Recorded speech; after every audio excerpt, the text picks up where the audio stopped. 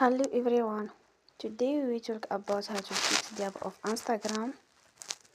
We go to settings, then we click on apps.